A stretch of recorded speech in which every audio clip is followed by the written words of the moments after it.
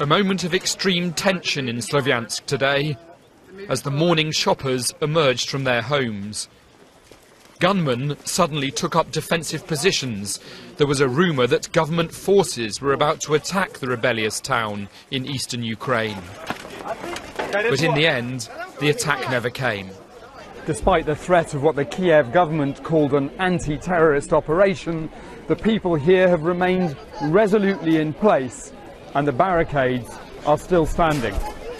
I asked the men manning the defences if they weren't worried about a possible attack. Of course we're worried, because people here are peaceful, but we stand up for our principles. Then, as we wove through the checkpoints, came news that pro-Russian militia was storming another police headquarters. This was the scene at Horlivka, where activists smashed windows, threw rocks, and quickly took over the building, erecting a Russian flag outside. The chief of police ended up in hospital with a broken skull. And so even on the day that the Kiev government had threatened to start attacking those in the east who were taking over police stations, they've taken another one. Inside, we found some of the police still at their desks, now apparently loyal to the new power in town.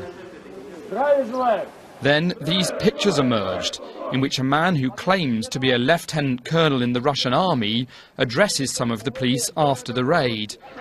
The same man can also be seen on mobile phone footage addressing the crowd outside the building, fueling concerns that Russia is organising these protests.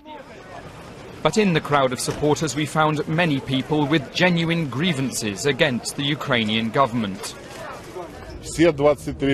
All the 23 years that Ukraine has been in charge here, they've been stealing.